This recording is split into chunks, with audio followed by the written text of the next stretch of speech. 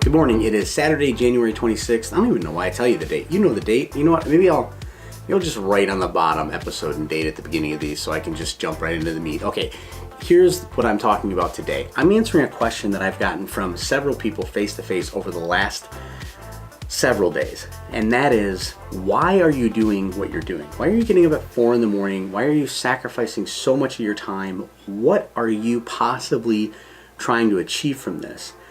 And to be honest with you, creating vlogs, well, it sends a weird signal out into the world. It tells people that maybe I'm interested in some kind of weird success or some kind of game to be popular.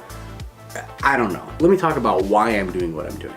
When I was 16, 17 years old, my wife and I had our first child. It was one of the craziest times of my life. Obviously, I was only 17 years old, but prior to being a father, I had 4 younger brothers and sisters, and my parents required that my sister and I help as much as we could with those brothers and sisters. And so we spent a lot of time helping to raise our brothers and sisters. That's what a big family looks like. If you're from a big family, you understand that. If you're from a small family, you're somewhat fortunate because you didn't have that reality when you were a kid. Back to the birth of my child, from 17 all the way until I was about 41 years old, when my youngest son turned 21, I was 100% focused on my wife and those 2 children achieving everything that they needed to achieve. My wife wanted to stay at home and be with the kids, and so I did everything I could to enable that. My wife wanted to homeschool our children, so I did everything in my power to make sure that that was a reality. My kids wanted to play basketball, so we did that. They wanted to play travel basketball, so we did that. They wanted to play piano, and so we did that. They wanted drums, we did that. They wanted a guitar, we did that. We did whatever we could do to make sure that those kids were enabled, trained, and equipped to live their life. So that brings me to 41 years old. Our youngest son just turned 21. As he got to an age where he was kind of taking care of himself because he moved out with his older brother before he was 21, I started to think that the first 40 years of my life, largely, probably 80% of that, was given to other people in order to help them be safe, productive, creative, all the things that they needed to be. So for me, this right here is my journey to understand what I'm capable of and push myself to that next level. So this is a journey of discovering who I am and what I'm capable of. And darn it, I'm gonna do the best I can at it. So there's a mix-up of what people think this is. This is me trying to become good at a skill, and the way that I'm doing it is by doing it daily, consistently, over and over and over and over.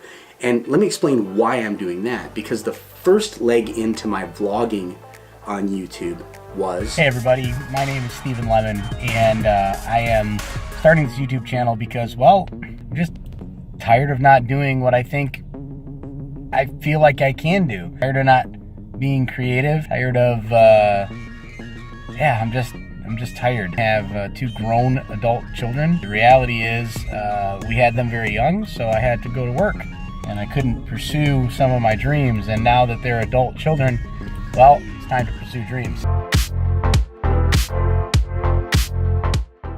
2 videos a week. Now those 2 videos a week really did teach me how to be more productive in video production. I was able to do things faster.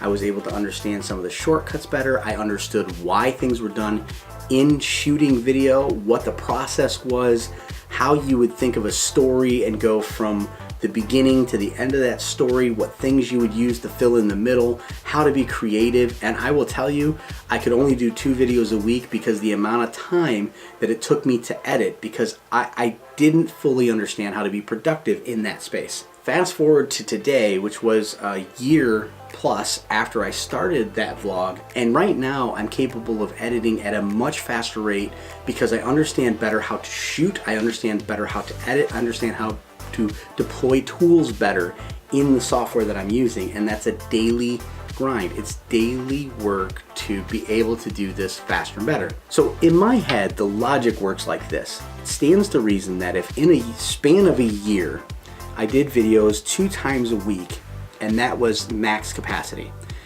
that now that I'm into the second year, I'm doing videos every single day, and it's not max capacity.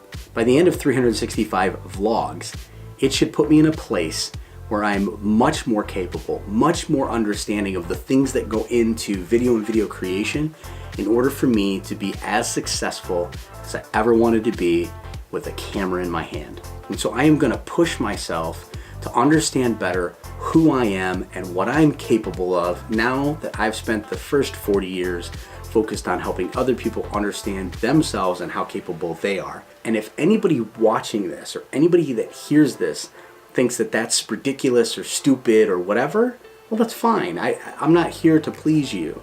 I'm here to find myself. I'm here to understand what I've been created to do, and that's what I'm gonna do. I was really thinking about this, and to be honest with you, I'm gonna put this out there, and I wonder if any of you could relate to this. People who are the closest to you are sometimes the furthest thing from supportive of you, and the people who are furthest from you are oftentimes the most supportive people in your life.